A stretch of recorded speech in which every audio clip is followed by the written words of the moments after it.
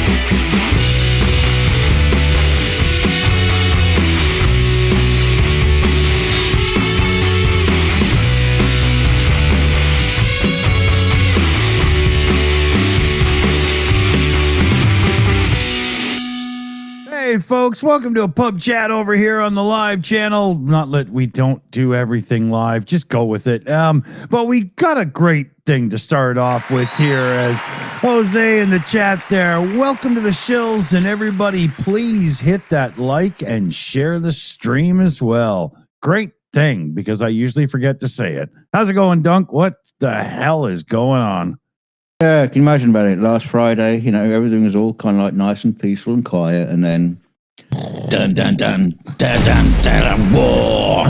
What is it good for? Absolutely fuck all. Oh yeah, unbelievable, right? Welcome to day 6 of the Iran war. You don't even have time to take a shit, and this guy's got all hell breaking loose again. Yeah. But funny enough, talking about Epstein, because that ain't gonna go away no matter how much you try, Mr. Trump. Oh, we're gonna change it, and now for something Epstein different. Yes, yeah, we should. Yeah, we have that logo come. The Iran War, brought to you, sponsored by Forge of Empire. Played by people who don't know how to play Forge of Empires. Would you like to fail at war like Pete Hegseth? Then play our game. It's free to play. Costs lots to have weapons, though.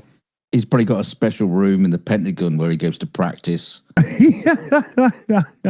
Bring up Forge of Empires, then Call of Duty. What can I do next? Yeah.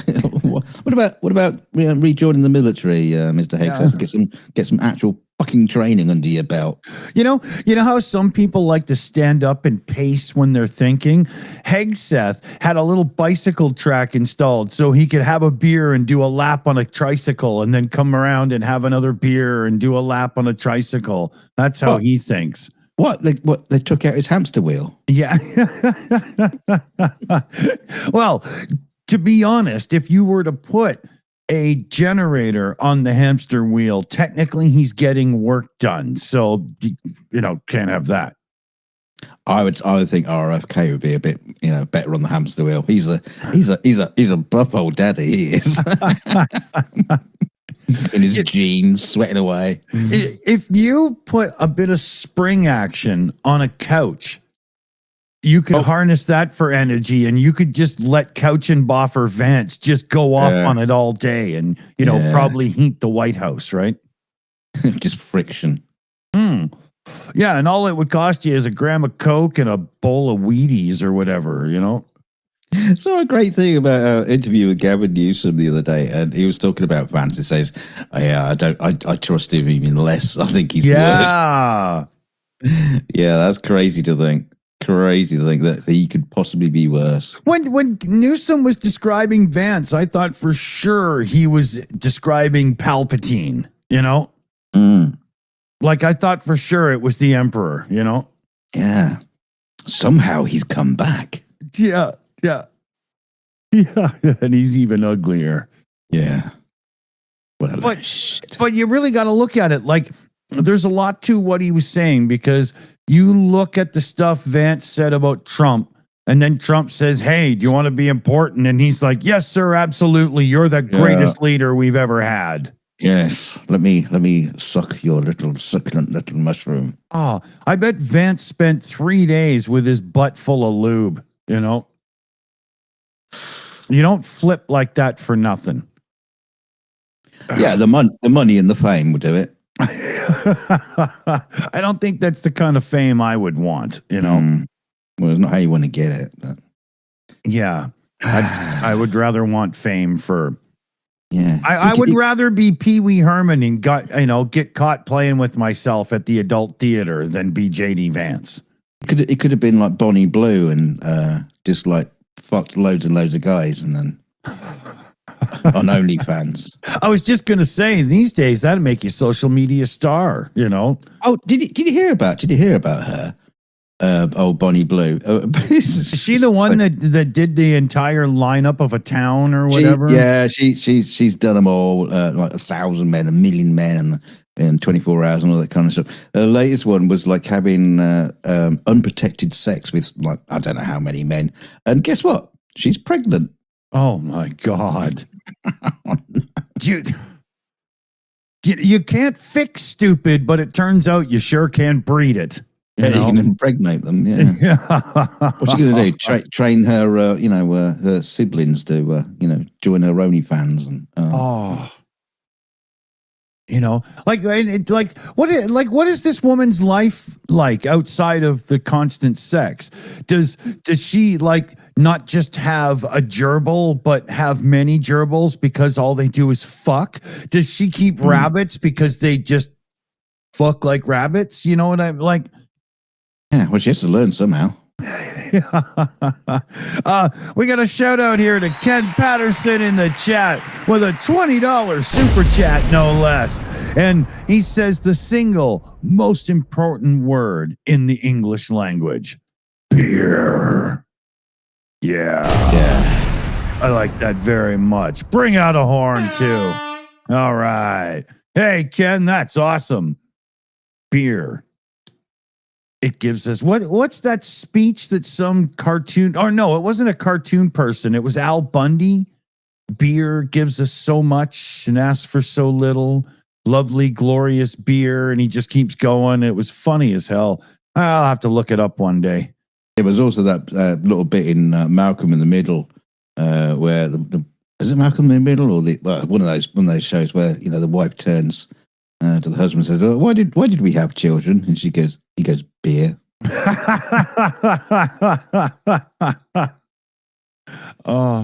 I think a lot of parents from the 70s and early 80s, if they were going to be honest about that question, would have said, "Oh, remember that night that so-and-so had the cocaine?" Well, don't know about that. Or imagine if you worked out your birthday and the conceive, day and all that, and realized that your parents were on a caravan holiday and thought to yourself, well, what if they were swinging? I wonder, Yeah, they were. Both of them were on holiday, just in two different parts of the world. Yeah, exactly. I wonder how many times that's happened with these genetic tests and stuff that people keep taking, right? I wonder how many times it's been revealed that the brother is only a half brother or something like that. You know? I'm 50% US citizen and 50% Spanish waiter. Oh, God, don't say that out loud right now. Even with Christine Ohm being fired, which is awesome. Promoted. Well, some people have been unsure of this and spun it and stuff, but if you look at it carefully, she is special envoy to this new American Shield group or whatever the hell it is. She's not even like, secretary of or whatever. She's special envoy. I figure that means within about 3 months tops, she's done. He has just discarded her. It's very disconcerting, this, even him just mentioning this new title, because apparently he's going to announce it on Saturday. That's Trump, that is. He's going to announce on Saturday what this special shield of the Americas.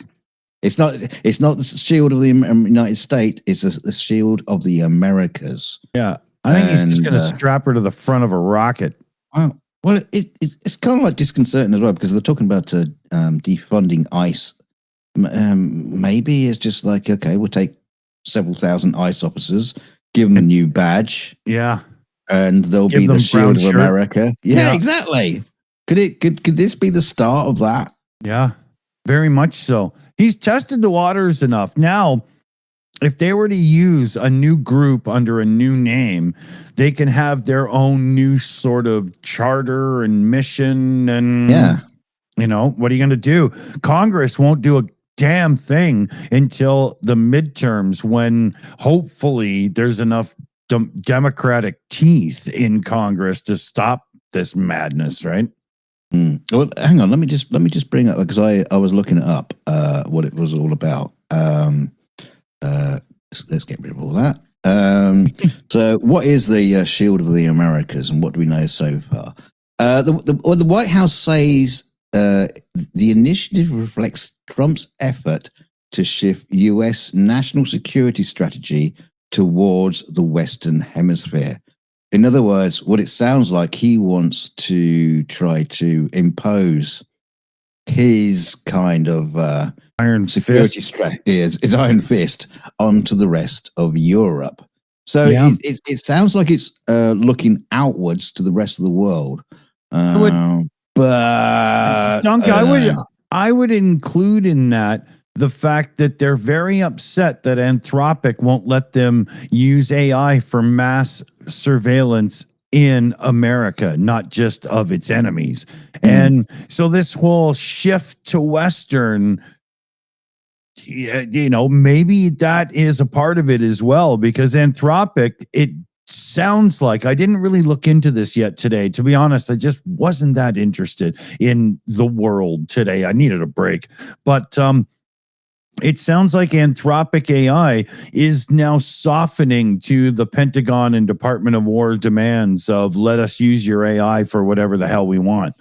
So, maybe this all ties in. Mass surveillance, all kinds of awful brown shirt Nazi behaviors, right? Terrible. What was that? What was that new AI that came out from China that had everyone all uppity about? Replace ChatGPT as the most popular one. They'll probably just go to that. Yeah. For US intelligence, they use the Chinese AI. Oh, brilliant. We forgot to remind everybody, bingo night, right? It's chill, hangout, and whatnot night. So there's a link in the description. The mods will get the link in the live chat as well. And fill out your bingo card as we're talking and whatnot. Get your big pens out. Yeah, if we've hit any of the squares already, the mods will put in the chat what they are, just to make it fair.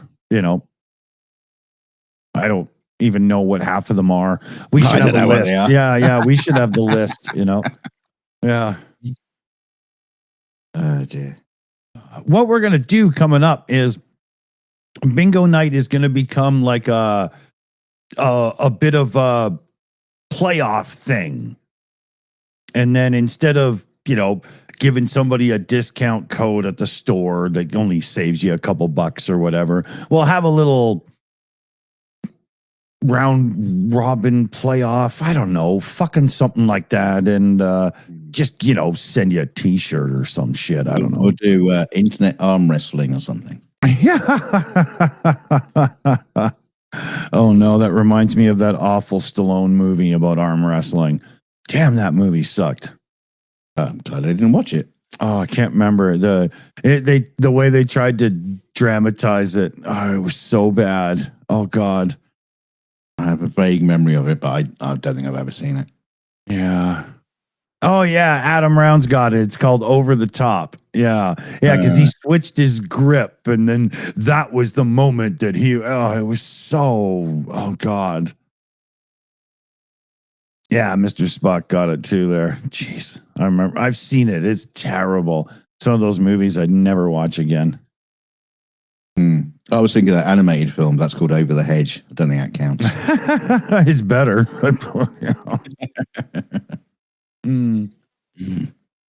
Avro Day didn't mind it. Says Over the Top. It was all right.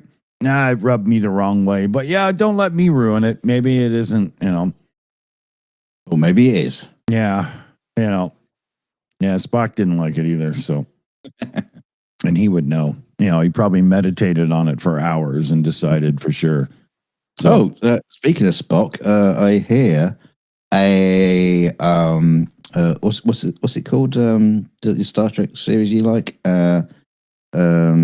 Strange New Worlds. Strange New Worlds. Yeah. It's been cancelled after season 5. Oh well. Okay, but we've only had up to season 3 so far, so that's all right. We get 2 more. Fine. Ah, there you go. Yeah. That works. Because I thought season 4 was about to be released. So when you said it's canceled, I was like, I hope we get to see it. And then you said 5. Oh, okay. Yeah, that's good. Yeah. So it's not going to be picked up again. Yeah, but that's okay. 2 more seasons. It's a pretty expensive show and all. It's one of those 10-part shows, right? I like it. The first season took a little while to find its feet. It didn't take as long as Star Trek The Next Generation did, but by season 2, it was a really good show. I can't. Silo should be out soon. For All Mankind's new season is finally about to be out. Can't wait. There's some good stuff coming. What? What? You mean the Iran war isn't good enough for you? He's having a go at the war now. and that's something they're not thinking of cancelling for a long time. Yeah. Not until it's finished.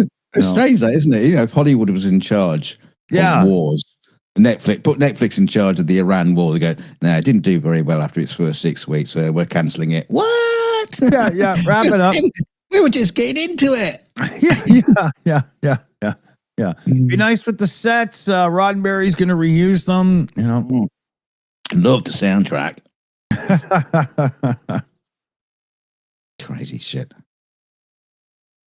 Oh, I heard a really funny thing today. There was I can't remember who it was now, but they were talking about the war in Ukraine.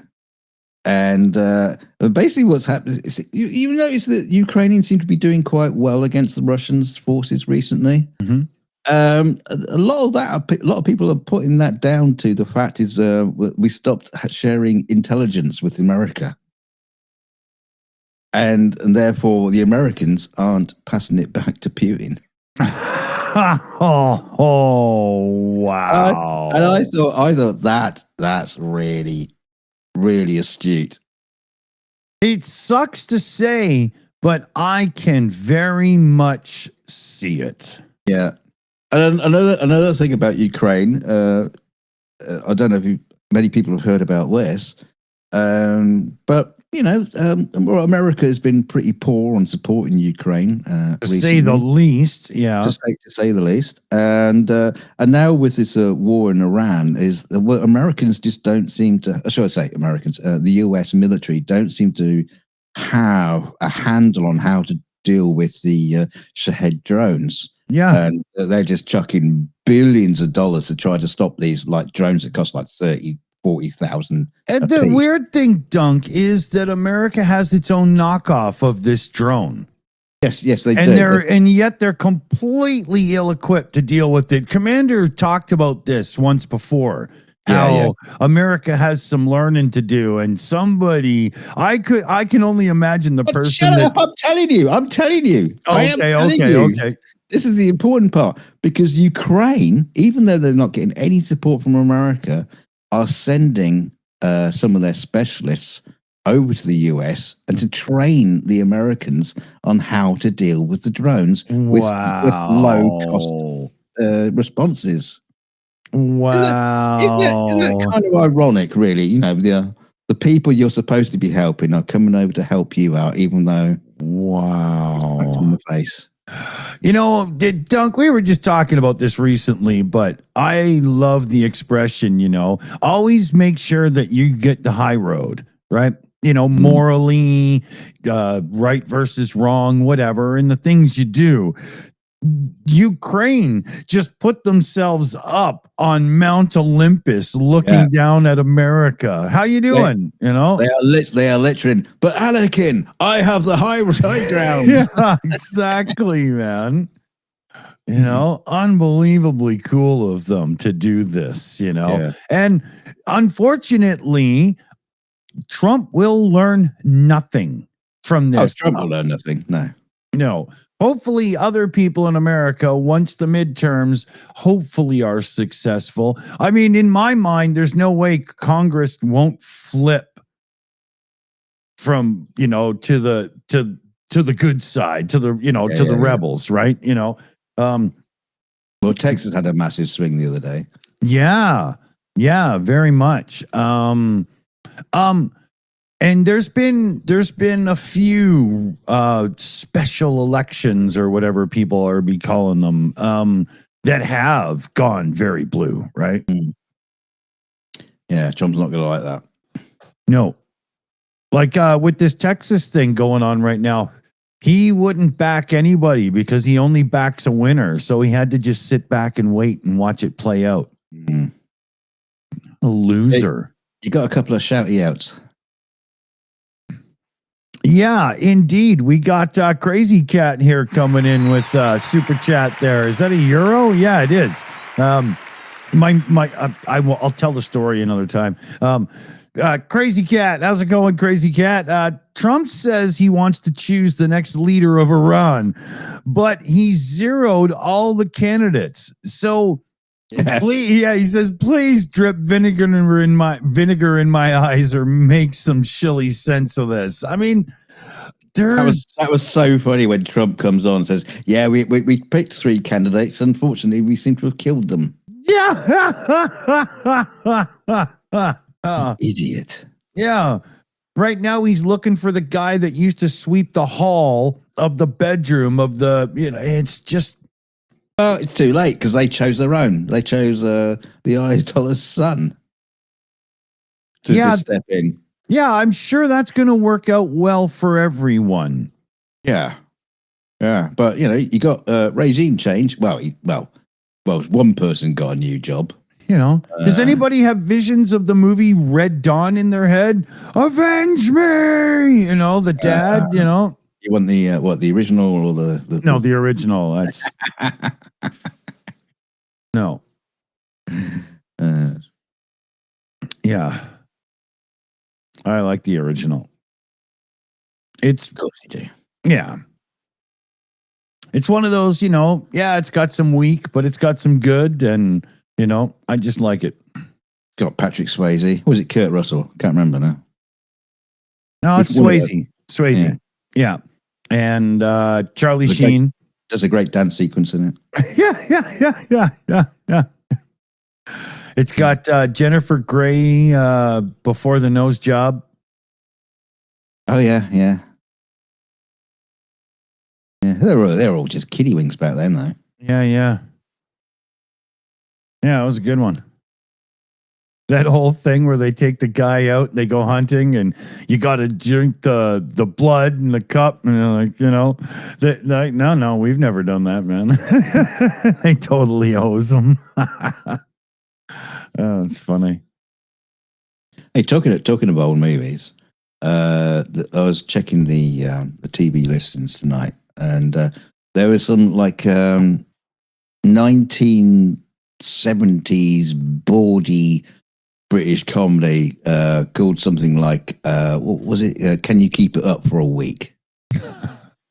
Sponsored by Viagra. Starring a bloke called Jeremy Bullock. And I go, Jeremy Bullock, I know that name. I know that name from somewhere. And it suddenly dawned on me. And I had to go and check because I wasn't, surely it can't be the same person. But no, it's the guy who played Boba Fett in Star Wars. Oh, wow. Yeah. So I had to go and look him up, and he's been in shitloads of stuff, and didn't realize it.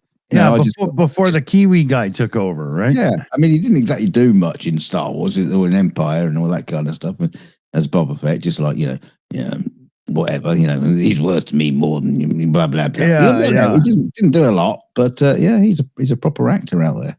Yeah. And he is in this bawdy comedy, so I had to record it. Oh, that's funny. That's funny. You wouldn't, that's like finding out that, some harsh comedy only person has like secret history as a romantic comedy actor or something, Yeah. Or seeing like Hugh Grant become a murderous killer in a movie. Oh, well, that was Paddington. Oh, Paddington 2. Was it Paddington 2? Paddington 3. Paddington. Talking about like Paddington, like the little bear? Yeah. What does that have to do with killing? It was Hugh Grant was in it as an evil. He's an evil person. Oh, like kind of like Gargamel and the Smurfs. Oh, I don't know about that. That's pure evil, and I'm just talking about the concept. Yeah. He didn't want to cook the bear. Because wasn't that the thing with Gargamel? Didn't he always want to turn Smurfs into soup? Wasn't that the thing? I've no idea. Yeah, me either. I was just a little too old for the Smurfs, I think. I remember I got a stuffed Papa Smurf for Christmas, though. Oh. Yeah, like a little stuffed dude, right? Yeah, but Papa Smurf, nah. Yeah, for some reason they gave me Papa Smurf, so I just put him on my shelf. All right.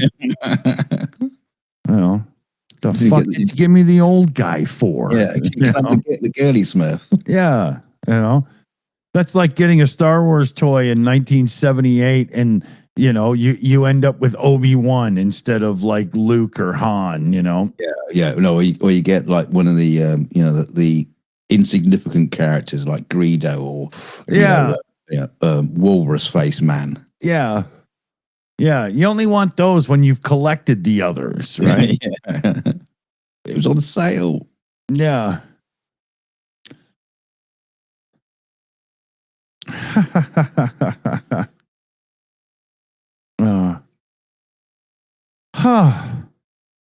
Yeah, there should be some squares on bingo cards already filled in. Yeah, we did Star Wars and Star Trek. I was watching a thing about old toys the other day, and they were talking about the Battlestar Galactica Vipers and Cylon toys from 1978, and the kid that choked on the little bullet, and there was the big lawsuit, and toys couldn't shoot things for a bunch of years. Yeah, Yeah, Boba Fett had his little thing that would shoot, and then he couldn't shoot anymore. There was a bunch of toys that got really, really dumbed down for quite a while there. Yeah. Yeah, I saw a similar thing about it's like playground equipment they used to get in our days, like witch's hat and just like the roundabouts, which is like made from splintered wood. Yeah. and sitting on a bed of concrete and it was just all like made out of like steel and girders and chains and shit. Yeah, Yeah, we you don't even see the teeter-totters really Yeah, like the, These you don't girls, really see them anymore because kids would do that thing where they jump off and let Yes. the other kids slam down, right? Yeah. Spinal injuries for life. Oh, yeah, for sure, Yeah, but I we remember all grew up with that sort of shit. Though. Yeah.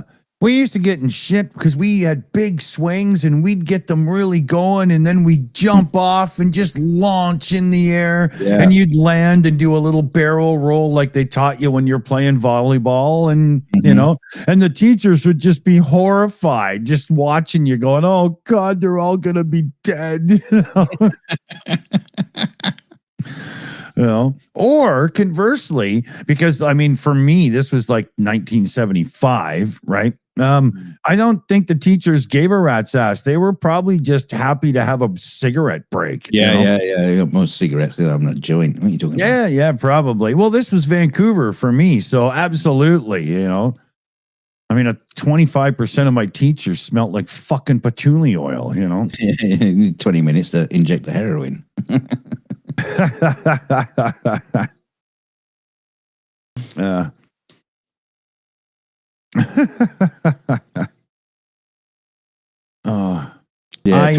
Toys have got kind of like really boring. Yeah. I remember now. I remember even being young, dude.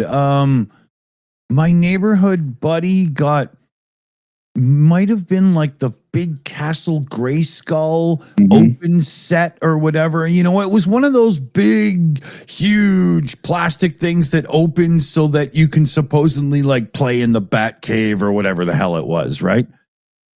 And at first I thought, wow, that's amazing. And then he opened it up and he put some figurines in, the little dudes or whatever. And then there was nothing left to do. And it's like that scene in Big where Tom Hanks is the little kid but in a grown man's body. Yeah, and they're at the meeting where they got like fucking buildings that turn into transform robots. Yeah, he's going, I don't get it. Yeah, I don't get it. Yeah. Well, if you look at our projections, in the transformer world, it's like, who wants to play with a building? That movie is so good, man. There were a lot of toys like that. It's like once you put it together, sort of thing. There's no playability whatsoever. Yeah. And of course, if you think about it, back in the 70s, when you and me were almost kids, everything was just like a piece of printed cardboard clipped together. The old Death Star, the big Death Star set. Oh, everybody wanted that. It was just fucking cardboard. Well, my buddy had. I remember I got the Millennium Falcon, the big one. It was awesome because everybody who came over to my house and saw it went, holy fuck, you have the Millennium Falcon? But it was one step too big for a kid my age to actually pick up and play with. The only thing it was good for was, holy fuck, you have the Falcon. That's all, really, You couldn't run around with it because all the panels would fall off and everything would fall out of it. Yeah, I just sat on my dresser, man, Yeah. And I remember a buddy of mine collected all kinds of the Star Wars toys and they never got played with. Like you saw in the commercials, the kids would be running around going choo choo and blah, blah and whatnot. Well, we did a lot of running around, but we were playing games like Kick the Can and stuff. I don't remember flying spaceships much with my hand. Maybe when I was 3 or something, but by the time I have those kindergarten memories, that's already gone. I was still doing that when I was 16, for fuck's sake. Were you? Yeah. It took a long time for me to grow up. Yeah, I'm still not there. By the time I was like 6, I was more interested in fucking around with my dad's reel-to-reel and shit like that, I tell you what, though, if you give me a model of an X-Wing, right now, I would still be going, I would do it for like 5 minutes or something, but that's it. You know what I mean? Like I think you know, it's probably for all of them, you know, it just wears off so fast, you know. I remember in the one house when I was like 6 years old, my dad put birdhouses and bird feeders all through the backyard. It was a really cool place. And he had these massive windows in his office. So my buddy and I would get in there with the 2 office chairs and we'd grab those pen holders, you know, they're like a chunk of marble and the 2 pens, and they would be the guns. And we would just sit there and pretend to shoot the damn birds flying all over the place. Right. That was more fun, man. You know? I remember using my dad's bench vice as the steering column to the Millennium Falcon. Awesome. Back of the garage. Yeah. Staring at nothing. It's all imagination. Yeah. Neighborhood kid. And then another neighborhood kid. And then my dad and I did it too. It was this thing that went around when we were really little in the 70s. What, polio? No, you take a couple of logs and you cut them to kind of look like tires, and then take a few 2x4s and make a fake lowrider motorcycle out of it so that the kid can sit on it and go rum rum and whatnot. Yeah. I'll tell you what, though, I did actually build for my kids a fantastic replica of a speeder bike from Return of the Jedi. Oh, wow. That's cool. Yeah, it sat in the back garden for years. And, you know, it was really cool. Really looked great.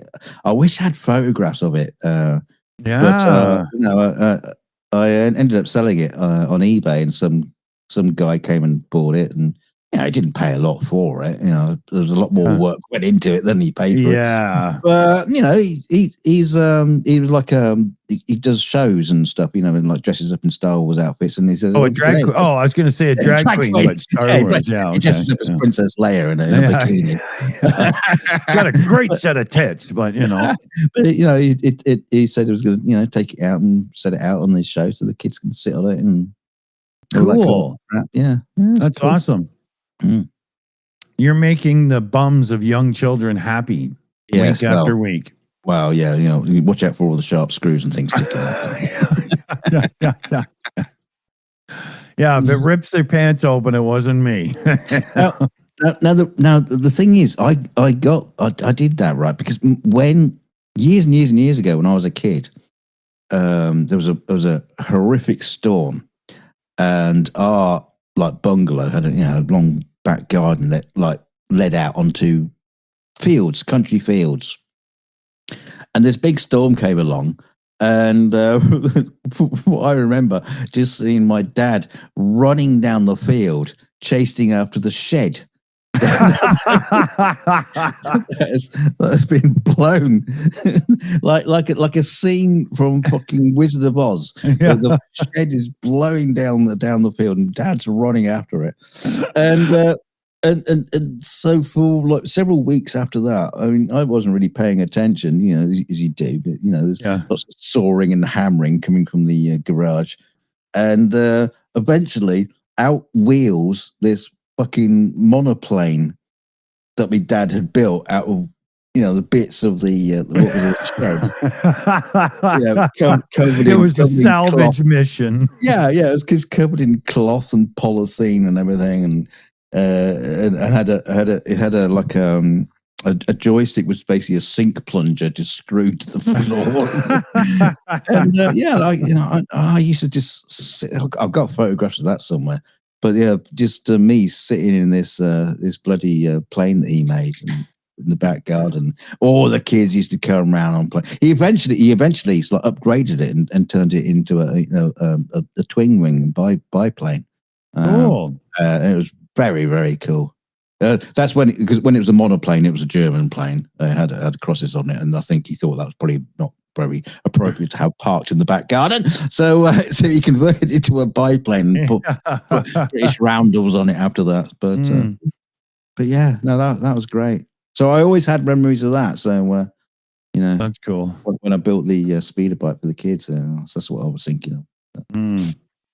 Yeah, that's cool. Mm. My dad and I, when I was young, we got the little Briggs and Stratton engine and some parts and whatnot. And my dad and the neighbor welded up a little frame, and we put together what we used to call a scrub bike. Mm-hmm. And, you know, it was a tiny little motorbike, dirt bike for a kid, no suspension, only just drive, like you just go, no gear at all. And the only brake was the metal flap that scrubs the tire, right? Yeah. Or your feet. Yeah. It was awesome. I drove it, I don't know, for like the summer. And then the next summer, I got the actual Honda 50, the little one that's, you know, with the folding handlebars and all that. It was fucking deadly. Well, you're probably less deadly than the fake one. Yeah.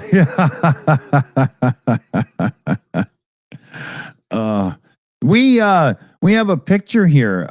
This is a good one. We got to show you. Hold on a minute here. I don't know why it had to do that. There we go. This goes with our previous topic, but it's actually Dunk at his audition for Toy Story 4. Yeah. It didn't quite work out, but he did work on the movie in the background. You know what? I'll tell you what, if that was me today, I'd be happy. I'd be... Yeah, just get the toys out and play with them. Yeah. If only I needed one cane only, you know.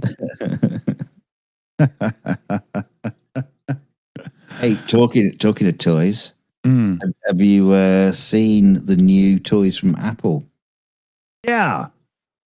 The new ultra cheap, ultra cheap, the cheaper than before MacBook.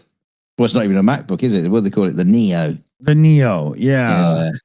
I've got so there's a bunch of opinions on it. I mean, it's $599. It's almost Chromebook price, right? Yes, it's very much in the range of a cheap laptop. Yeah, and if you have a student discount, it's $499, which is some seriously low cabbage. Yes, the processor comes from a very recent iPhone, but that's selling it short. It's not going to be slow as a computer. It's going to be capable. It's damn near as good as the original M1 chip, and the M1 chip is still a very viable option as a chip, right? I'm still using that. Yeah, I thought it was quite funny because a lot of people were pointing out the fact it's just got this phone chip, but then a lot of people were using Celeron processors back in there, and they were shit as shit could be. Oh, and the Intel M chips, which are horrible and so on, right? But there is one problem: the 8 gigs of RAM. And the problem, I think it was Snazzy Labs identified it very well, is the chip, the Bionic A18 Pro or whatever it is, was built with the RAM stacked on top of the... Yeah. It's just how it is, isn't it? Yeah, you can't get better than 8 gigs of RAM on it, but... Apple has a history of this. The first MacBook Pro with the Intel dual core chip was not a 64-bit Core 2 Duo, it was just a Core Duo. And that original MacBook Pro aged out very quickly and was dropped and left behind. I do believe that will happen to this generation of MacBook Nano. In 4 years, Apple will have to leave it behind and stop updating the OS because it just doesn't have enough RAM. But depends what you're using it for. No, but it's not a matter of depends on what you use it for. Apple's technologies won't allow an 8 gig of RAM system to have the new OS. That's going to happen very quickly. Reason I know this is Apple just upgraded all of its systems to a 16 gig of RAM base not long before this came out. But knowing Apple knew they were going down this route of using these processors in a lower end laptop. And I guarantee that the next generation of MacBook Neo will get at least 12 gigs of RAM, if not 16. So I think the platform is a great idea as a product, but this first generation won't age as well as normal Apple products do. I think Apple have had the sort of like problem on first gen stuff all the time. Yeah, they do this on purpose, I think, to recap R&D and make sure the first generation gets killed quickly. Buy again, right? But as far as a lapbook is it's concerned, good. It's very, very cool. Yeah, it doesn't have a backlit keyboard. No. If you raise the price by $100, you not only get the thumb sensor unlock thing, but you also get double the storage to 512. Which isn't bad.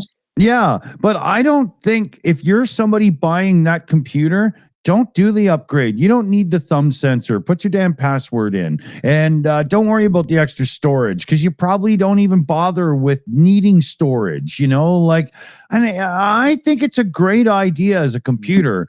It's just this one will age out quickly. That's the only problem. For not much more money, you can get yourself a refurbished MacBook Air with the M1 chip, and it's simply a little bit better in every way.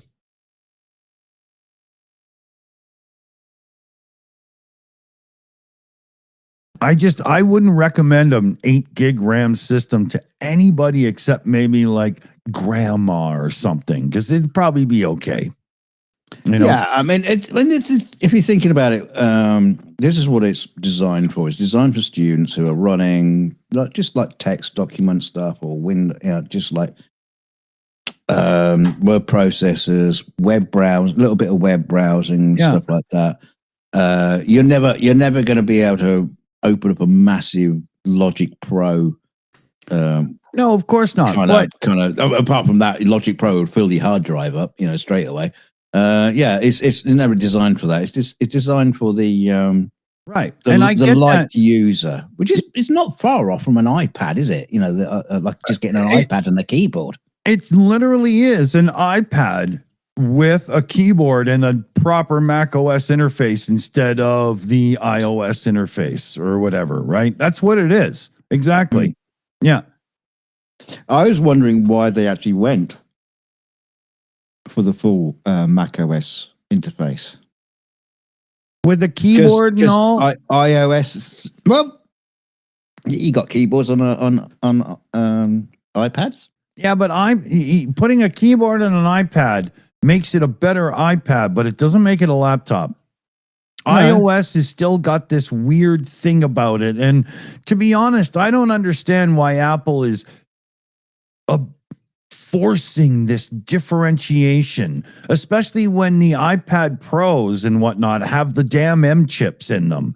Just let me have Mac OS interface mode when I plug in a keyboard and a mouse. Stop this fucking thing, See, the other thing I was thinking about it is, and I think we've talked about it before, the concept is, your phone is pretty much damn near close to a computer. Yeah. So why have a separate device? Why not just have a thing that's got a screen and the keyboard? You drop your phone in. Yeah, you just need a dock for your phone with a keyboard, mouse, and a monitor, right? Yeah. For anybody who has a strong enough phone, it would totally work fine for them. The only problem is the iPhone, like a new modern iPhone 17, is strong enough to be your everyday computer. It really is. And if it had a little dock, it would work perfectly. But when you put it in that dock, it's got to switch to using the Mac OS interface, not the goddamn phone. That's the problem. Samsung is trying this with that DeX, and it's getting better. It's getting better. I don't understand why, because underneath an iPhone or an iPad, the core of the operating system, not just the interface, but the core of it is the same one on my computer. It's just a different front end to interact with. It should be simple for Apple to just give us a phone with more storage and give us a little dock, and you could just plug it into the dock and boom, you have a computer, right? Or you could just have a wireless keyboard and mouse and you plug your phone into the dock, or maybe you don't even need a dock with wireless stuff being fast enough these days, and you just need one of their Apple TVs on your TV and boom, you just use your television. See, the thing is, when we're talking about this new Neo thing, which is interesting because they've got a new font. Ooh, we're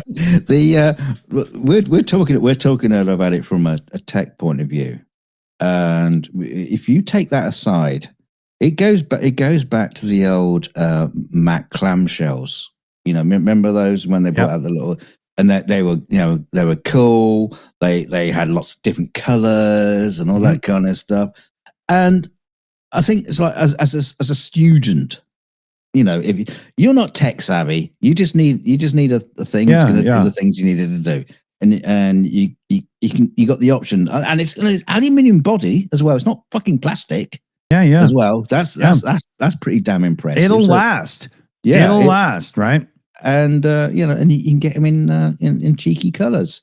And I think those sort of simple kind of things takes you back to the those early days of Apple, where they were kind of like exciting, maybe not brilliant, but interesting enough to buy. I think for a big portion of this nano whatever computer they're calling it, I think is education based, because when you put the education discount on at $4.99.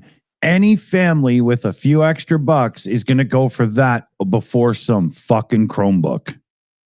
Yeah, absolutely. Because I've seen some people do the comparisons of what's out there, and it's just got a certain cool factor about it. Yeah. But I also noticed, like you saying, it's also like a computer for grandma. It's a perfect computer for grandma, because grandmas do fuck all with their computers apart from use Facebook and attempt to send emails. Well, look at it this way.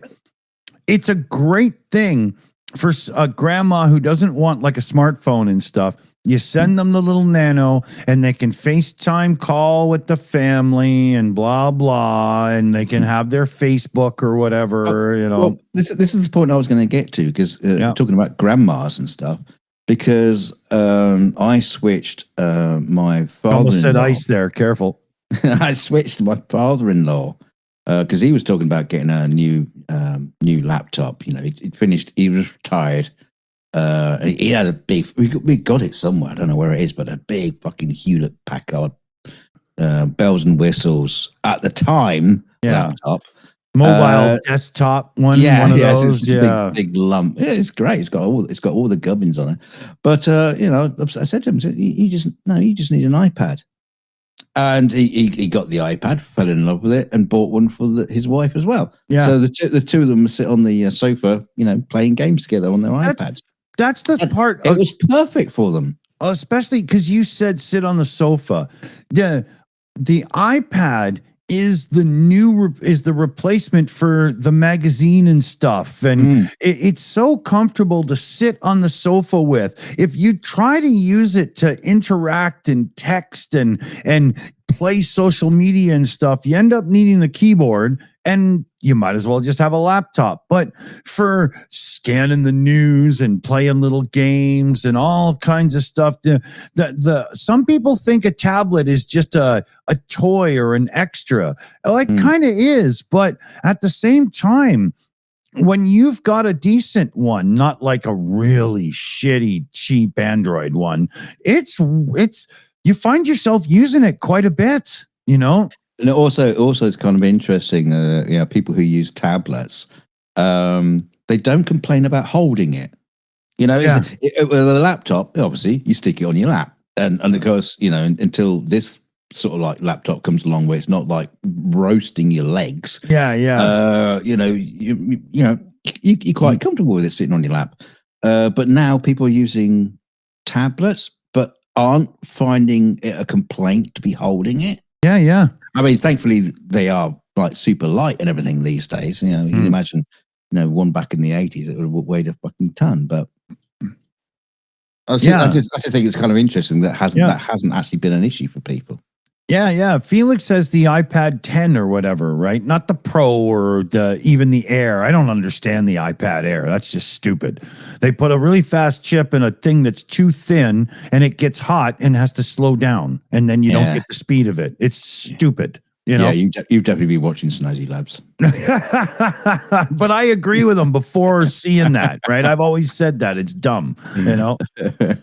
And the benchmarks show it because it goes vroom and then it comes back down and it's just not that fast, you know? But talking about benchmarks, have you seen what Luke Miami has done? Oh, God, yeah.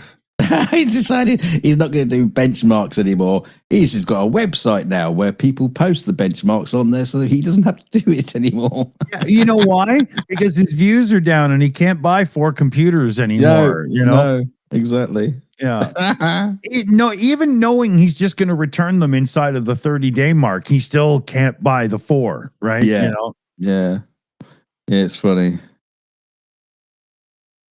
Because he doesn't send it back at the end of the day because I'm going to keep that one because I really like it. And yeah.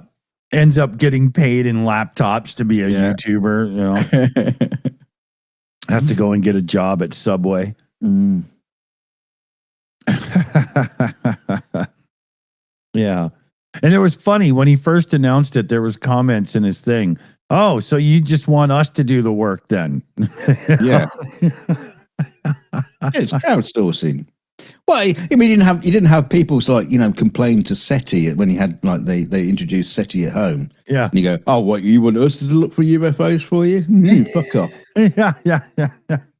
That's your job to find search for extraterrestrial intelligence. Yeah. It's your job, not ours. Yeah, you're gonna pay the electric bill. You're working my system here. You know? Could be mining Bitcoin. Yeah. I got a quad G5. You know what kind of electricity this thing sucks, baby? I know when we years and years ago when we set up for an in-house department on Ella Enchanted. And we had a massive team, and one of our guys, he basically, he helped set up all the systems. But what he did, one of the first things he did was set up SETI at home on all the systems, so that it would be, doing all this great work for SETI. Wow. A little producer goes, get fucking rid of that. No shit, man. It's an electricity bill. What an idiot. Yeah. Yeah, you'd come back after lunch and fucking SETI's sitting there and oh God's sake. No. Yeah. Switch it off. Yeah. Computer's already heat soaked and running slow, Yeah, a reboot now. Yeah, exactly. I mean, I love the principle. I love the idea of it. Yeah. What did it achieve? Absolutely nothing, as far as I know.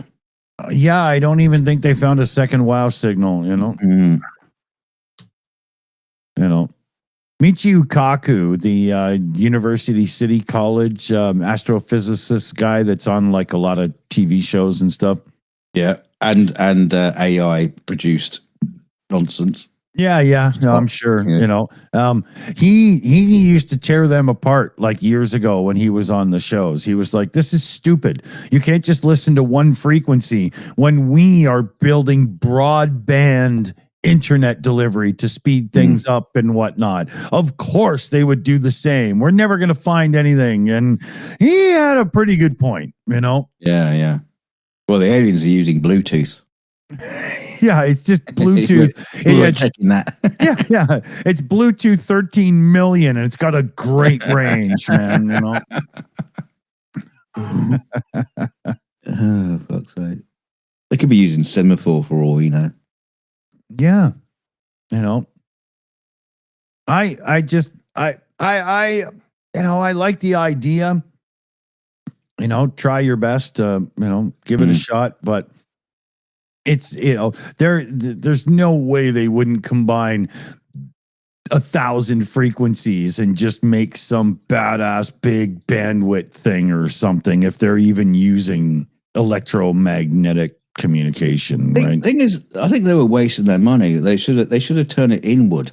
They need to look for intelligence here before they look outside.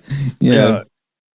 Well, I'll go on Facebook. Oh shit! Everybody's unintelligent morons. I was just gonna say, dude, if they're gonna do an intelligence test for the planet Earth, they can rule out the White House right away to help them narrow their search. You know. Oh please! Talking of which, did you hear that? After the war in Iran started, there was like mass firings at the FBI. Yeah, all people connected with intelligence gathering in Iran, and also Hegseth fired shitloads of military generals. Yeah, and high uppers. Yeah, probably ones that were. Yeah, probably ones that were like, "Sir, this is stupid." Yeah. Oh, did you see that? Did you see the guy? They didn't even bother trying to get Americans out. They're just like, "Sorry, you're fucked." Yeah. What? Oh, no, they got the influencers out on a private jet. Yeah, that's true. If you got a podcast, you're okay. Yeah, yeah. Some fucking dog walker. Oh God. In Dubai. Yeah. No. Also, you had that Marine veteran. He's all dressed up in uniform. Out at what was it? A town meeting or a hearing or somewhere. Sure. He was shouting out, about the Iran war, protesting it, and he got dragged out by security, and he's got his arm stuck in the door, and his arm got broken, and all kind of shit happened. Holy fuck, man! Yeah. All the well, he was probably just fired by Hegseth. Yeah, goes, right. Yeah. I'm gonna fucking protest. Yeah, but, there must all these fucking that whole thing that Mark Kelly and his people did about following illegal orders. Yeah, it's becoming very, very golden speech right now. It must be going through all their heads with this fucking Iranian war. How many people in hushed little corners in service right now are talking about this? Well, they have to be careful because that's mutiny. Yeah, exactly. Right. I don't know. Yeah. Chris Lundy in the chat, hating tacos is un-American. Well, I hate tacos, and it's okay because I'm from the UK. Oh, I love me some tacos. But my son, he doesn't like taco shells. They're just too messy and stuff for him. So it's usually like burritos and quesadilla and stuff. Yeah, just tip it out onto a plate, and I'll just eat it with a fork. And then I don't need it in a fucking shell to eat it, for crying out loud. Yeah, I've literally done that before, dude. I've taken everything that would be a taco and made a salad out of it, basically, and sat there and ate it with some taco chips, right? Some corn chips, right? Just the same thing. Yeah, yeah. Actually, it's almost easier. Yeah. Like I get the quesadilla, the burrito, and whatnot. These are all designed to be eaten, but the taco is just a mess waiting to happen on your plate. Yeah. Oh, well, let's face it. You can, if you just tip it out on your plate, you can eat it and not have to change your t-shirt afterwards. Yeah. Yeah. Yeah. The idea of the soft taco helps because then you can kind of pinch it into like a really big pierogi,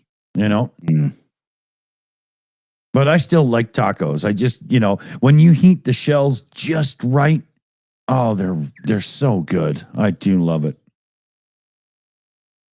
I remember my mother wasn't the best in the kitchen. And the first time she tried making tacos as the whole old El Paso company, became a thing, right? Yeah. She didn't bother reading the instructions. And she just got the taco stuff all ready and whatnot and put the shells on the table and everybody made a taco and they would just shatter because they weren't warmed up. It was so ridiculous. Oh, man. Yeah, it's funny. Those old El Paso kits and things like that. Yeah, they're just hilarious. It's like, there's practically nothing in them. Yeah, and you have to add so many ingredients yourself to make the meal. And basically, what are you paying for in the box? Some bits of bread. Maybe a salsa.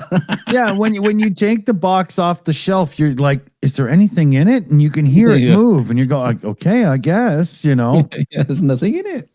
Yeah, because my son's mom buys those kits, and so when I realized he was like, getting really into like some Mexican food and stuff, we go to get all the stuff, and he wants me to get the kit.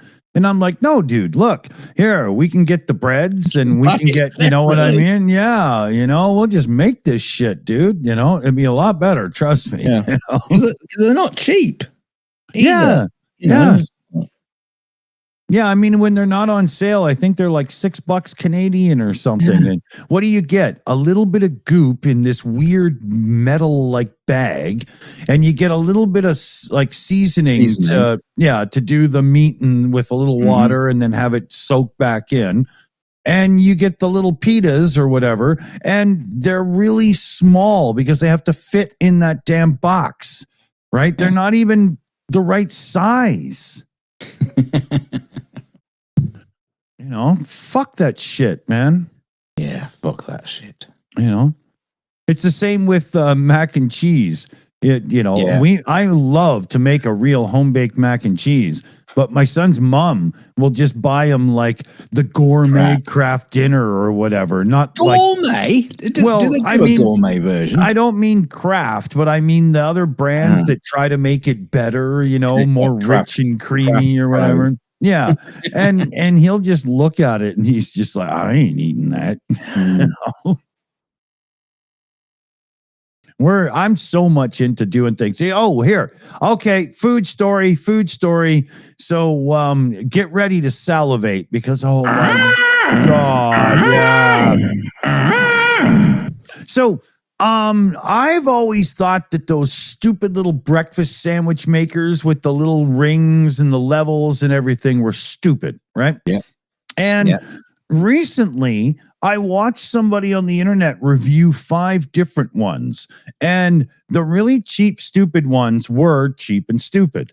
But when he got to the one that was good, and it was only like, $40 or whatever, it had like a proper, almost cast iron like thing going on. And it's really good. And he couldn't believe how amazing it was. Well, it was only like 2 days later, I was at the thrift store, and there was one of those Hamilton Beach little Egg McMuffin makers, brand new, unused, $8.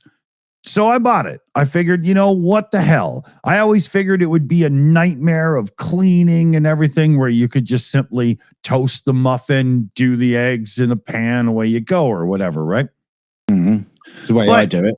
Yeah. But I was shocked at how unbelievably amazing this thing is. And because of the really good surface that it's made of, it's the same surface as my waffle iron. It's like a diamond coated or encrusted no stick surface. So it's almost like cast iron. It's really good.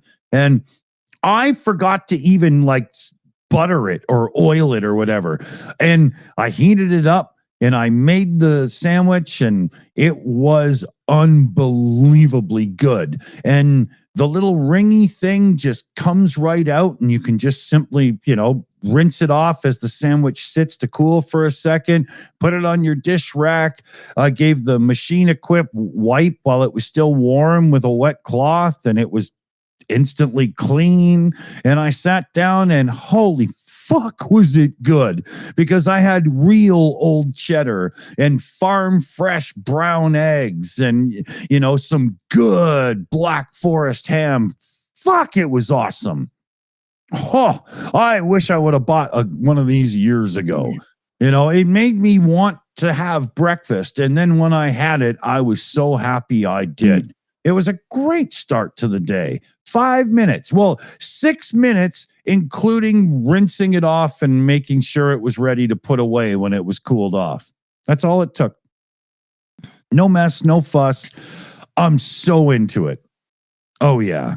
See, the thing is, I that's one thing that McDonald's do really well is the double sausage and egg McMuffin. Yeah. Always great. So, and I can replicate that at home. But the important part in the cooking of it is once you've cooked it and put it together, you've got to wrap it up in greaseproof paper for 5 minutes so it sits and sweats. And then it comes out with a perfect consistency of a double sausage and egg McMuffin that's been sitting on the shelf waiting to be sold. Yeah. You know, but I tell you, I was so blown away. The egg McMuffin was better than when you toast it and assemble a sandwich because it was nice on the outside. It was just perfect, but the inside wasn't toasted and it made it better. I was blown away. I can't wait to have more. I bought myself a big tube of good English muffins from a local bakery. I got myself a nice chunk of proper aged cheddar. I just grate some every couple days, put it in a little thingy, right? You know. Oh, yeah. And I've got... Now you got another fucking thing to keep on your countertop. Yeah. Well, the one thing that's in my mind, Dunk, is, oh, no, this will have to go under because my counters aren't big enough here. But we are about to move, so who knows? But the one thing is I couldn't find ham the right size. It was a little big, so I just quickly sliced it like 4 pieces of pie because then I could still put it in there and it would be round and fit right, you know. But for sausage patties, you know, what I'm going to do is very soon, like remember I bought the big blender, right? The big mixer is when I start making my own sausage, I need something that's the same size as those rings so that I can size them perfect to make these sandwiches, right? Because that, like, ham is good, but I can't wait to have sausage patty on it too. I like that. But yeah, I can't recommend a good one of those enough. In Canada, it's the Hamilton Beach one. Chris Lundy looked it up. They sell it in America too. And funny enough, it's actually a little bit cheaper in Canada. It was like $39 in Canada and 40 some in America. But I can't recommend it enough. Make your mornings awesome. Make them quick and easy. In the time it takes to make coffee, you've got a couple of great breakfast sandwiches ready to go. Morning. I'm asleep in the mornings. I make my sausage muffins late at night. Yeah. Well, yeah, but like you said, they have to sit in the wrapper and grease up for a bit, right? 24 hours. Yeah. It's like curing a capricolo, you know? Yeah, so PJ in the chat is complaining about how McDonald's shut down their breakfast menus at 11 a.m. or whatever. We've had all day breakfast in Canada for, I think, maybe 5-6 years or so now. It's amazing to be able to get their breakfast at like 3 p.m. Oh, yeah. It's so frustrating when you go in there and it's just like they've just turned the boards over. Because they have them, you know, they have the boards on those big rollers and they come out with a big stick and roll them. You know, breakfast is done, you know, burgers now. So I want a double muffin. Sorry. Oh. And then sometimes if you're lucky, you'll get in there and there's like one sad looking muffin. Yeah. On the counter. You go, I'll have that one. Yeah. Well, it's funny enough, when I was picking English muffin tube, you know, like I think there's like 12 in the thing or something like that, 16 or whatever. I was being careful to make sure there was no funny looking ones in there because it could ruin the experience. Oh yeah. You don't want ones that are squished the wrong way. Yeah. You know. I don't want the ones that had to take basic math. You know? It's kind of funny you get muffins in a tube, though, where you just get them in a, you know, like a pack of buns. Well, it's a bag, but they're all stacked. So, when you get like 16 of them, it's like, it's almost a weapon. you know? Yeah. We get them in like bags of 6. Oh, I don't think they were expecting kind of like, it's like a restaurant supplies. Yeah, we get the stacks of 6. Same way that you guys probably get them stacked for crumpets. You get 2, 2, and 2 stacked in a little thingy, right? Crumpets over here cost a fortune, man. It's like $1.80 a piece. You get 4 in a package for like $6. It's still fucking flour and water. What's the difference? I don't know what it is. I guess we don't just buy them enough, But I love crumpets. They're just this unbelievably butter-soaked mess. I love them. Oh my god! Especially if you like things like syrup and stuff, like poured in, because they get into the little holes. Yeah, drip out through your fingers down your chin. Yeah. It's a beard lover's nightmare, right? But yeah, I love me some crumpets. I got to learn how to make them. You know what I just did learn? Oh, I think that's how quick and easy it is to make baguette flour. And so you make it at night, let it rise overnight, and then when you wake up in the morning, a quick little bake in the oven. By the time your coffee's ready and whatnot, you got fresh baguette. I'm gonna have to try that.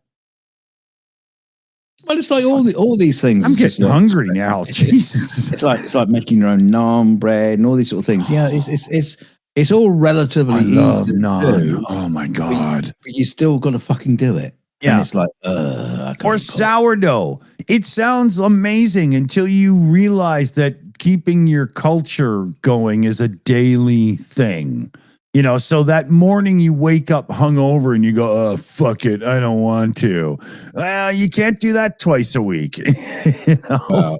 I got a cream from my doctor to get rid of my culture. So I used to keep a sourdough culture, and I want to get back to it because, oh my God, I can literally sit there with real butter, fresh sourdough bread, a butter knife, a fucking cutting board, and some aged cheddar, and just have a meal. That's all I need. I don't know what you mean by keeping your sourdough culture. Is it like you got like a little bell jar and a petri dish somewhere in the kitchen, and you just like poking it, going, "Yeah, hello." It's the culture. Oh, yeah, hello. Good it's morning. Like keeping hamsters, but you don't have to clean the cage, right? Well, you don't want to clean the cage. That takes the flavor out. Yeah, man, I'm starving with this conversation. I'm going to have to make another one of those fucking sandwiches coming up. Well, we'll get back to politics then if you want. Oh, yeah, that'll kill my appetite for sure. I need alcohol. Hold on one second here. Oh, earlier when I was talking about being a kid with my little scrub bike, Alchemist came up with a really good image. That's me right there.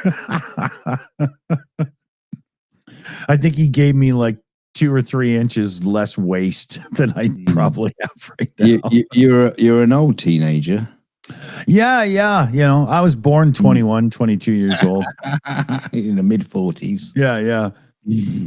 My first word was, pass me a cigarette, motherfucker. Let me get a beer here. Hold on.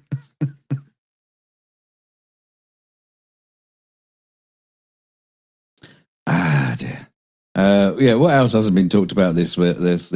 Prince Andrew. No one's talked about that this week. Interesting how Iran war can just and Iran so far away.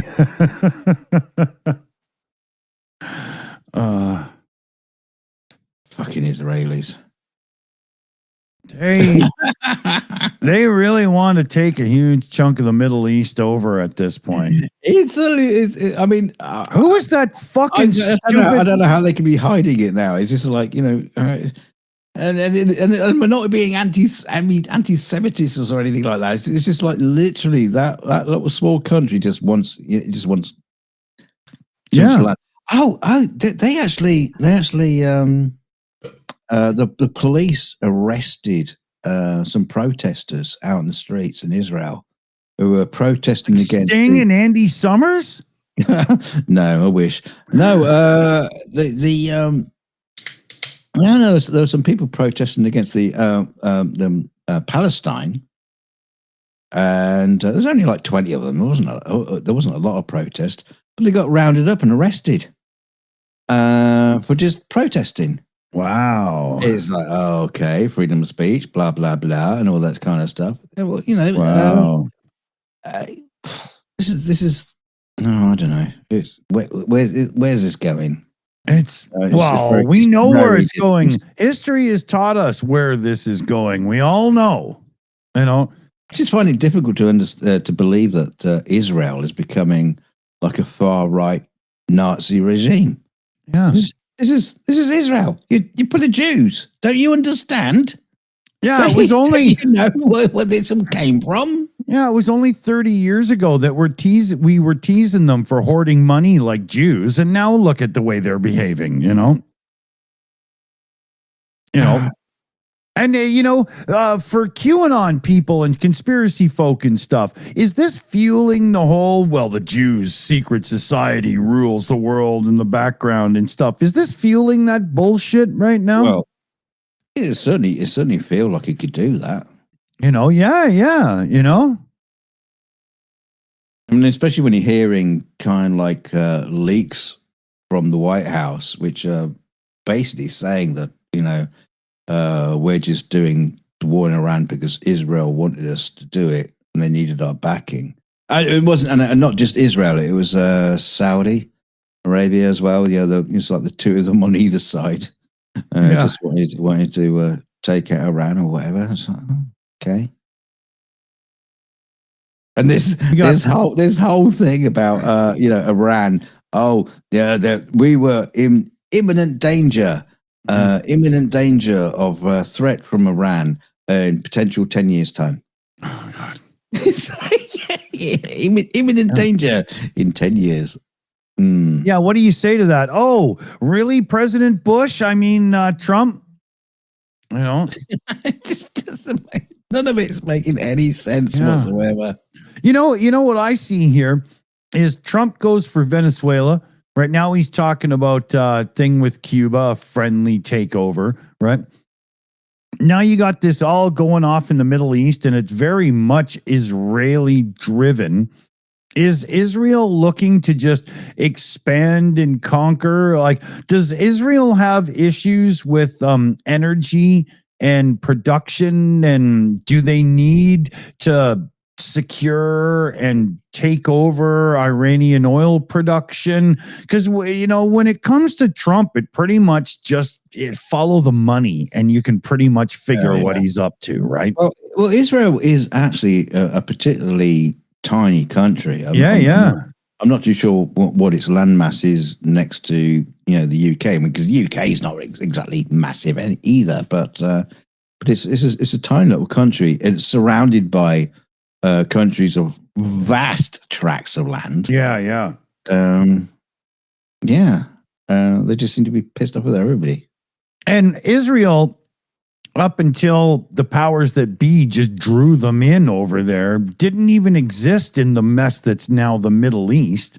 So the long-term hatreds and all of this conflict, and a lot of it comes from post-war stuff where these countries had their land drawn, and yet they were like, Kurds and these and that people. And it's been a nightmare this whole time for all of them.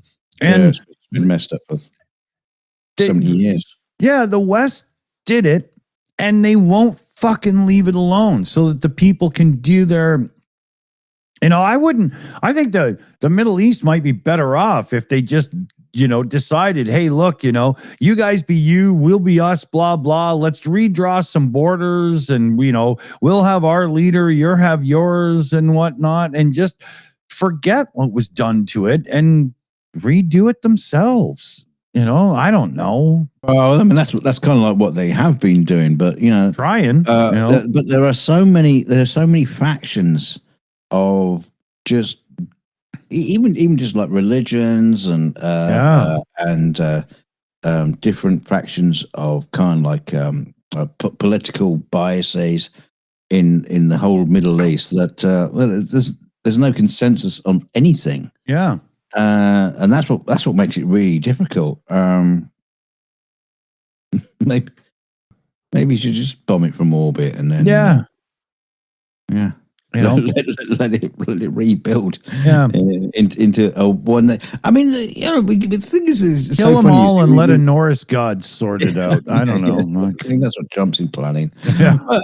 But it's funny when you talk about the future visions of Gene Roddenberry and the president of the planet Earth and all that kind of stuff. The world has got more fractured in the last 20 years, or since World War II, and since the drawing of regions or the USSR. It gets splintered up, and then they're trying to reform it into a new new kind of like the Legion of Doom. It's I mean, are we gonna endlessly be doing this?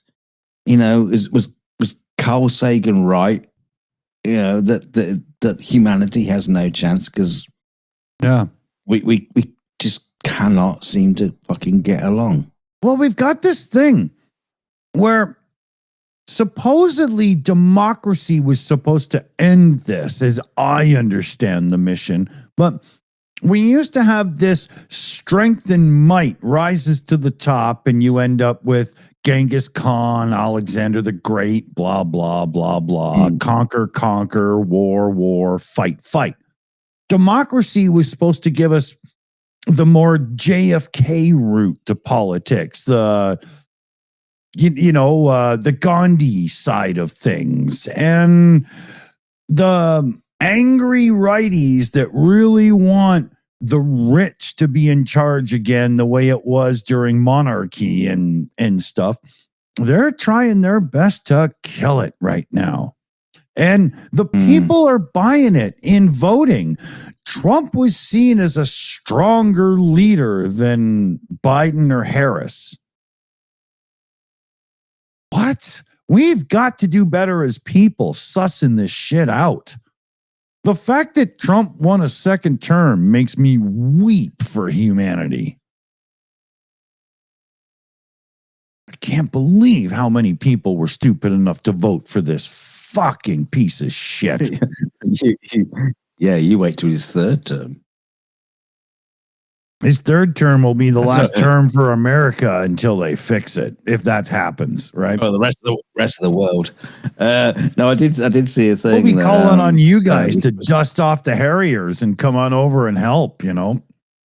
Oh, fuck you. No, there was a funny thing I saw that was like, if Trump can run for a third term, then Obama then can against him. Yeah, and I thought, oh, that's cool. That's cool. Yeah. If you want to pull that trick, then Obama can too. Wouldn't that be interesting? Obama would kick his ass right now because every time that guy shows up somewhere to talk, people listen. Well, he was Trump is supposed to be doing some kind of MMA fight outside of the White House. Maybe that's how we should just do the next election. Just what? Mud wrestling chicks? No. Put Trump and Obama in a ring. I would put Hillary in a ring with him. Oh, she would tear him limb from limb like a fucking velociraptor. You fucking asshole! You put me in the front of the stand in front of people of your fucking Epstein, you paedophile, you bastard. Take that. Yeah, hilarious, man. Pulling limbs off him. Oh yeah, that'd be awesome. Be like spitting image or whatever, Yeah. What was that? It'd be like battle bots of the presidents or something. Yeah. What was it? That was the Frankie Goes to Hollywood. Two tribes video. Yeah, that was awesome. That was awesome. I gotta say, I love that song still. Yeah. Yeah, Two Tribes is one of those tunes that I have in a playlist that kicks in. You know, I love that track. I need to get that on my playlist. Yeah, I don't even have it in the Plex server right now, but that's because that one hard drive of mine that had all the music died. I gotta sit down and, get some ideas. Music died. I say bye, bye, bye, bye, my music-filled hard drive.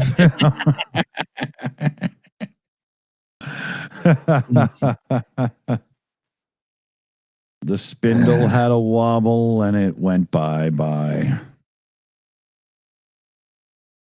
Why the fuck did you need to drive his Chevy to a levee anyway? Yeah, I don't know. Well, he probably had his girlfriend. They were going to hop in the back.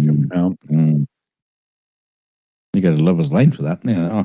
Where are we going? Where are we going for a snog and a cuddle? Hey. Oh, we're going to the levee. Oh, yeah. Well, okay. you know how he says the levee was dry? Maybe that's a euphemism for no, I got nothing. The chick didn't like me. Yeah, right? yeah, yeah. I couldn't get her wet. Yeah, exactly. Yeah. I tried and tried, but she just wasn't into it. Not surprised he got his fucking guitar out, started singing a bloody song. Yeah.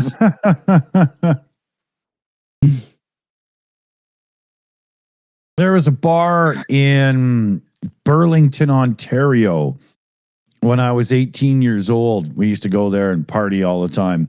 And they played that song as the last song every fucking night. Oh, yeah. Yeah. Can't remember what it was called. It was a cool place. It was this big, huge, like it looked like a log cabin or like a wooden place on the inside. It was really neat. It was cool. It was one of the. It's nothing like an in-house band or a band that goes to a bar and they have a set and they just play the same fucking set. Yeah, every single time. We back in my day, dude, some of the bands that I played in, we would get house gigs where you would go to one town. There would be like a bar that had a hotel and you'd stay there for the week and you'd play every night. But in our day of it, they were adamant that you have a rotation, right? So you'd end up having to have a repertoire of 100 songs that you could pull out of your ass at any time, no problem. And then on the first night, you would just try to read the room and the environment and pick the right ones, right? Rolling. Very much, man. Total Blues Brothers moment, right? Where was it? Was it Bob's band? Bob's Country Band. I had that moment too where we got to a place and we go for sound check and there's a chain link fence between you and the bar. And I was like, if this is for our protection, I really, really wish somebody had booked us better. This sucks. But they had a little spot where people could buy you drinks and they could send them through and whatnot. And it worked out really well. Yeah, that was a great scene. Yeah. In Blues Brothers, we go with chicken wire. yeah, exactly. Yeah. If I remember correctly, as soon as I saw that there was like a chain link fence between us and the rest of the bar, I turned to my bandmates and I was like, so it's Leonard Skinner tonight. Who knows ZZ Top? I hope lots of space to set up your steel guitars. Yeah. Can anybody sing Creedence?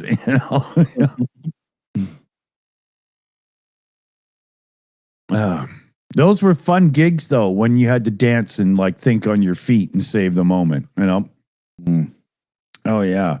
There were times when we played some off the cuff. I don't really know how to play this song, but it should be fucking good enough. Well, just do it moments, right? Baba Black Sheep. Yeah. Oh yeah. You just wait for the drums to kick in. Yeah. Yeah. That was fun times though. Yeah, Ken Vet in the chat there at KD9. He came up with the one I was trying to get out of my mouth earlier when we were talking about spitting image and whatnot. It was celebrity death match. That's what I was trying to get to. Thank you. Right. Yeah. Yeah, I think I knew what you meant. Yeah. Yeah. We danced over it because the image was there, right? Yeah. Yeah. Yeah. Huh. That sort of shit needs to come back. Yeah. It's like I showed you the other night the Carlin stand up bit. Oh yeah. When he's talking about the war in Iraq, and quite frankly, it's like time traveling. You could just play that today, and it would just make exactly the same amount of sense. Yeah, the poor guy would kill himself in sheer anger on stage right now with what's going on. Yeah, I mean there were so many comedians, many comedians talking about the Iraq War back in the day, and you could just play it now, and it still fits. Yeah, but Carlin would go even further. Right now, with democracy being sold to the highest bidder, he would be fucking livid, man. Mm-hmm. Oh yeah. I gotta say, I am getting to the point where I'm quite disappointed in quite a few celebrities who are obviously the type of people not to agree with what's going on, but they have a history of being Republicans and they're not vocally standing up and saying anything. Fuck every one of you. I think they're probably still deciding which bit they don't agree on, because there's so much they don't agree on.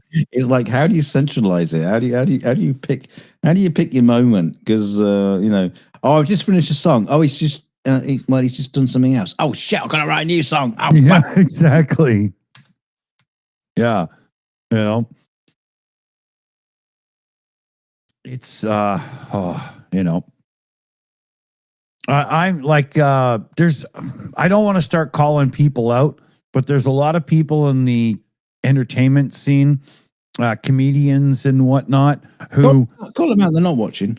No, it doesn't matter, right? Because right, but people who in at one point in their life might have been in a position where they used a lot of political humor because that was kind of their spot as a comedian and an entertainer.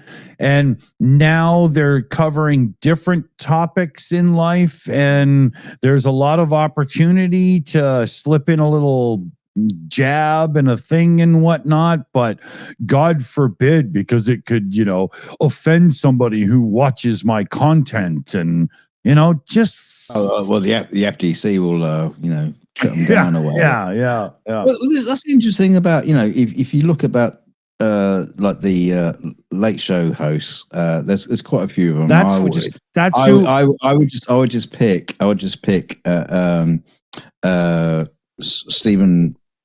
Stephen Colbert, Jimmy Kimmel, and Jon Stewart. Mm-hmm. I'd pick those three. There are others, but they're the three I watch. Yeah. They're the main three that there are some are pretty weak. I can't watch Jimmy Fallon. I'm sorry, but I can't. Yeah. No, the thing what's interesting is they still lean on the comedy, and I would imagine that behind that comedy they are fucking apoplectic. Yeah. And they want to go further, but they can't. They can't, because essentially what they're doing is a comedy show. Yeah. Okay, so here, fuck it. The story I told there was Jay Leno. Jay Leno, as a talk show host and as a comedian, used to roast politicians like a motherfucker. And now that he's doing Jay Leno's Garage and stuff, he won't touch it with a 10-foot pole, because it might offend some of his viewers. Come on, Jay. Come on.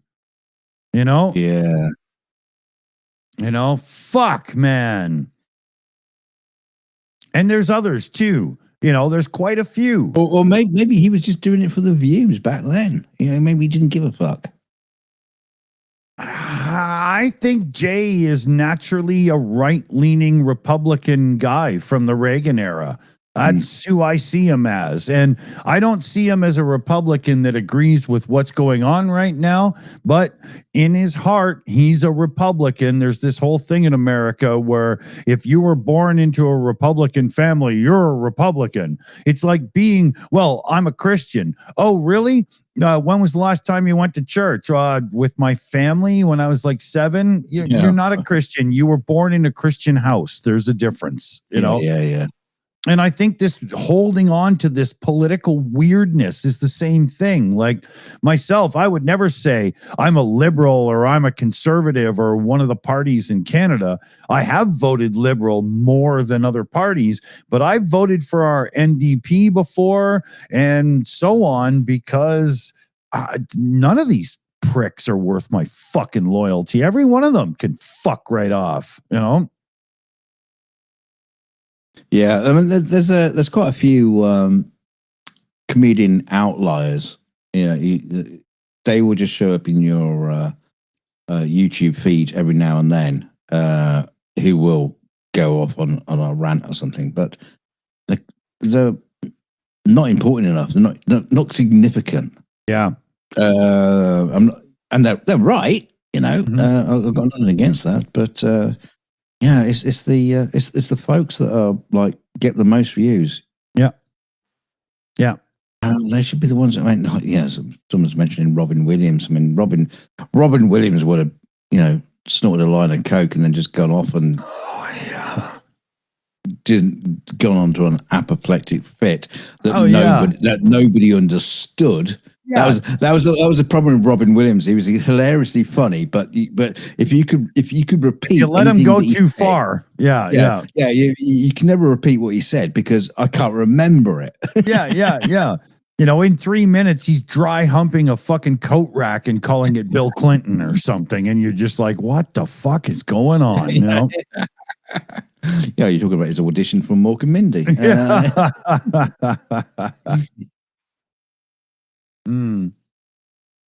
Well, the funny story is Mork from Ork, Nanu, that whole thing starts on Happy Days. Yes.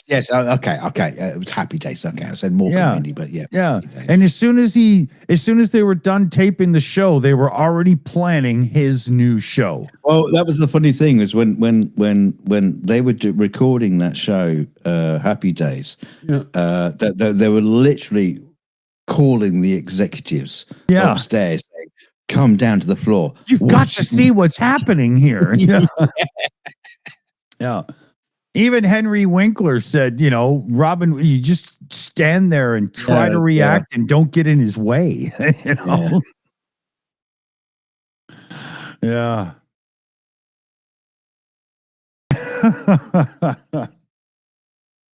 I remember when Mork and Mindy came out, for some reason it didn't even seem strange to me. Try to watch that shit now. I can only imagine my parents, because my parents did a little bit of partying, my father especially, and I can only imagine my father saying to my mother, should we let him watch cocaine-fueled entertainers at this age? Because it must have been obvious to him. Yeah. Hey, shout out time. We got Mexi Girl in the chat sending in a straight donation through PayPal for $6.66. And she says, "'Cause I'm a slacker today." No, well, Mexi isn't slacking. She was off to the eye doctor, and she's got bionics now, so she can literally see over the curve of the earth and watch what's happening in Washington, D.C. from Mexico. Yeah, exactly.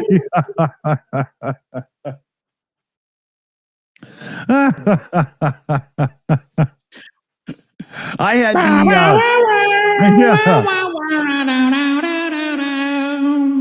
I had the Steve Austin little action figure when I was young, and he had a hole in the back of his head so you could look through his eye, and everything just got smaller. And red. Yeah, well, And, no, and out of focus. yeah, it was ridiculous, and he had the arm action. It was just hang on, don't do that again. Fisted, You baby, got the fisted. Oh, yeah.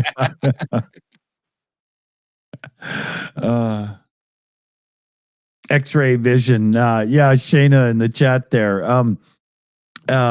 I remember the old comics when I was a kid. The Jughead and those guys. Yeah. They would have the send away for X-ray glasses. Yeah. Yeah, we didn't have that technology in the UK, unfortunately. We never got those ads. Oh wow. Mm.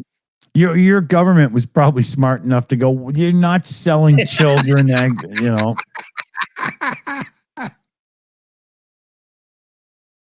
I can see through Nanny's dress and look at her knickers. Ooh, ooh. I had visions of seeing babysitters in their underwear, and oh yeah. No, you did that without the glasses. Well, by the time I got to be about 10, it's like, holy shit, honey, hike the skirt. We're mowing the lawn tonight, all right? You were like the Fonz, just to snap your fingers and just knickers flew off. Yeah. Babysitting time was like pajama parties for me.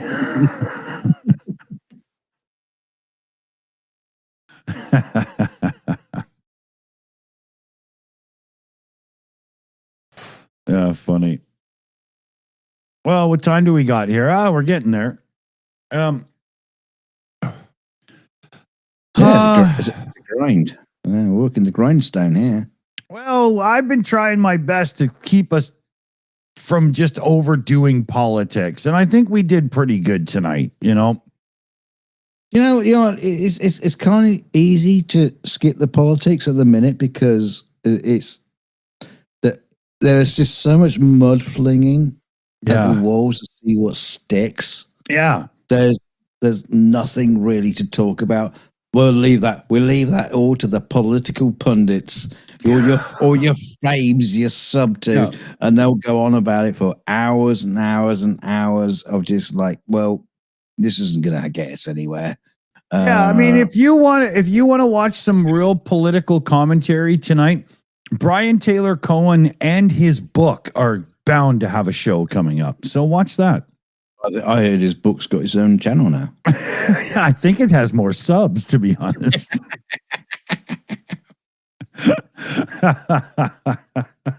After this show, you do have In Time is going to be doing a stream with I think Commander is going to be on there. So we should get the link and chill it out then. Yeah.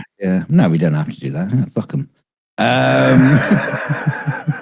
People can find it. Nick hasn't paid my power bill recently. What the fuck? These people know who he is. We don't need to tell them that. They know where to find him. We're talking about that dude that looks like a Teddy Graham cracker, right? He does. He definitely looks like a cracker. I'd nibble on him. Just an old white dude. He's the cracker that used to sit on the barrel.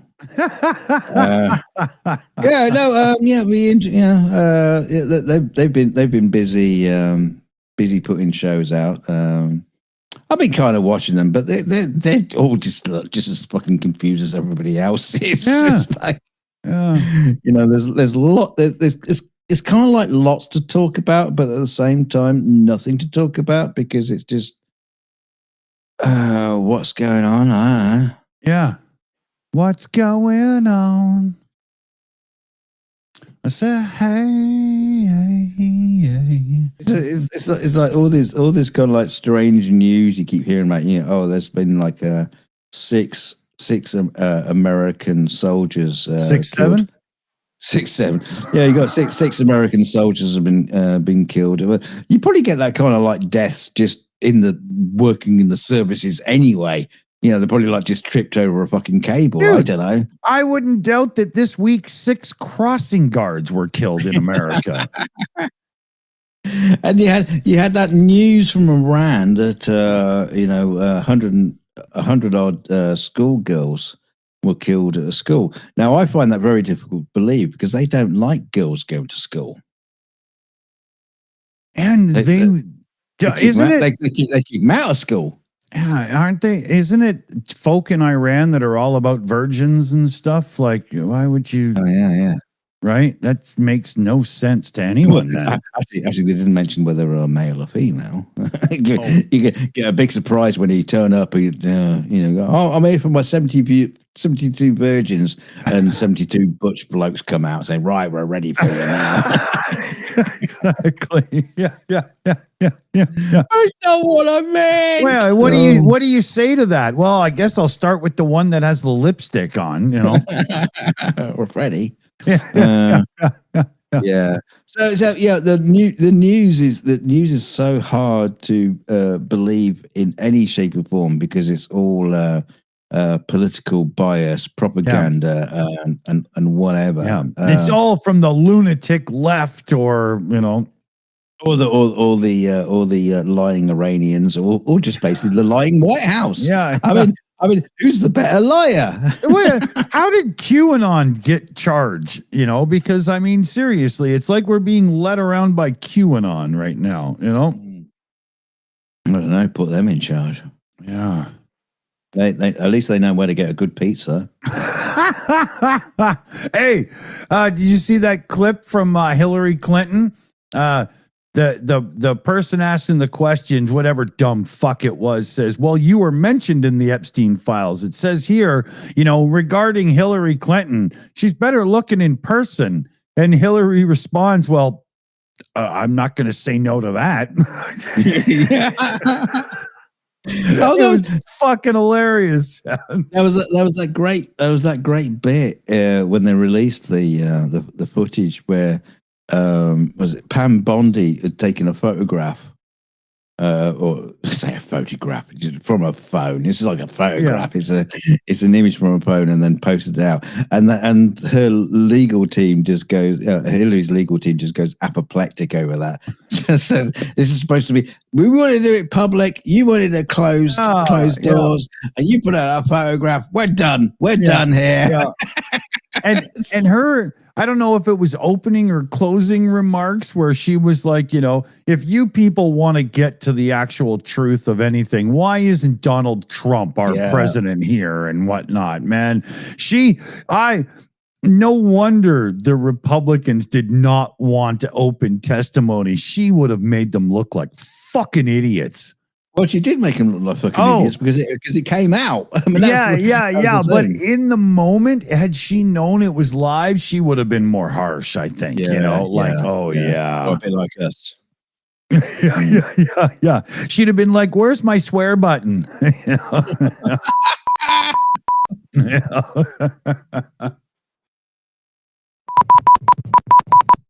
Exactly. It turned into Morse code that spells out "fuck Trump."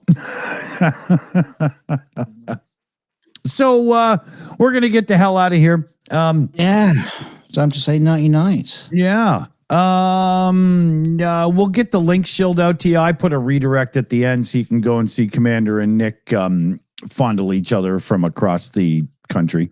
Oh, I bet they wish we were there.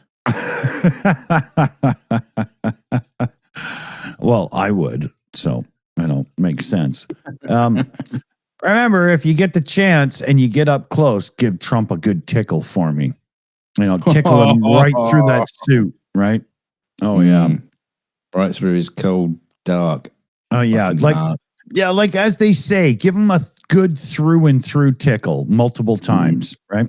Well, at least he's been getting all those love bites from Hegseth. You seen his neck? Oh my God. Yeah, it looks like JD Vance treated him like a couch for the evening, It's like friction burns or maybe it's like gonorrhea of the neck, He's the kind of guy that would have freaky old sex diseases. A lot of people have been saying it's syphilis. That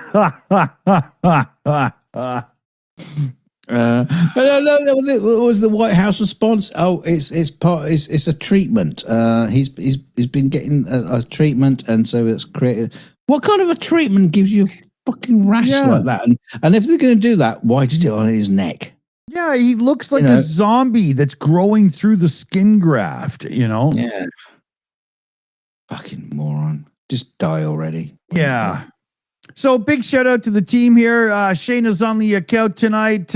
We got PJ CNET in the chat, Mexi Girl, Chris Lundy, Carpasian The AI Alchemist, Jose, and Super Chat Matt as well. Thanks, everybody. And a huge thanks to all our shout out people, donators, members, subscribers, and of course, all of you for watching.